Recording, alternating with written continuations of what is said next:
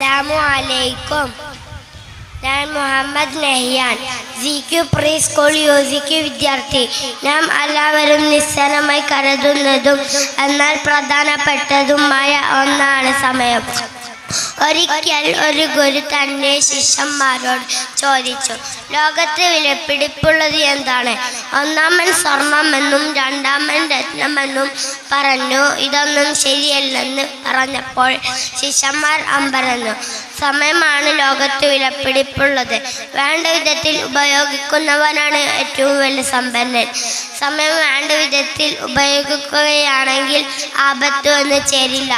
കുട്ടികളായ നമ്മൾ ചെറുപ്പം മുതലേ സമയത്തിൻ്റെ വില അറിഞ്ഞു. പ്രവർത്തിക്കാൻ വീട്ടിൽ ഒരു ടൈം ടേബിൾ ഉള്ളത് നല്ലതാണ്. നന്നായി പഠിക്കാനും ജോലി ചെയ്യാനും വിനോദത്തിൽ ഏർപ്പെടാനും ഇത് ഉപകരിക്കും. എൻ്റെ വാക്കുകൾ ശ്രവിച്ച ഓരോരുത്തർക്കും സമയത്തിൻ്റെ മൂല്യത അറിഞ്ഞു.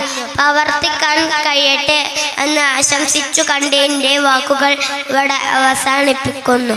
അസ്സലാമു അലൈക്കും.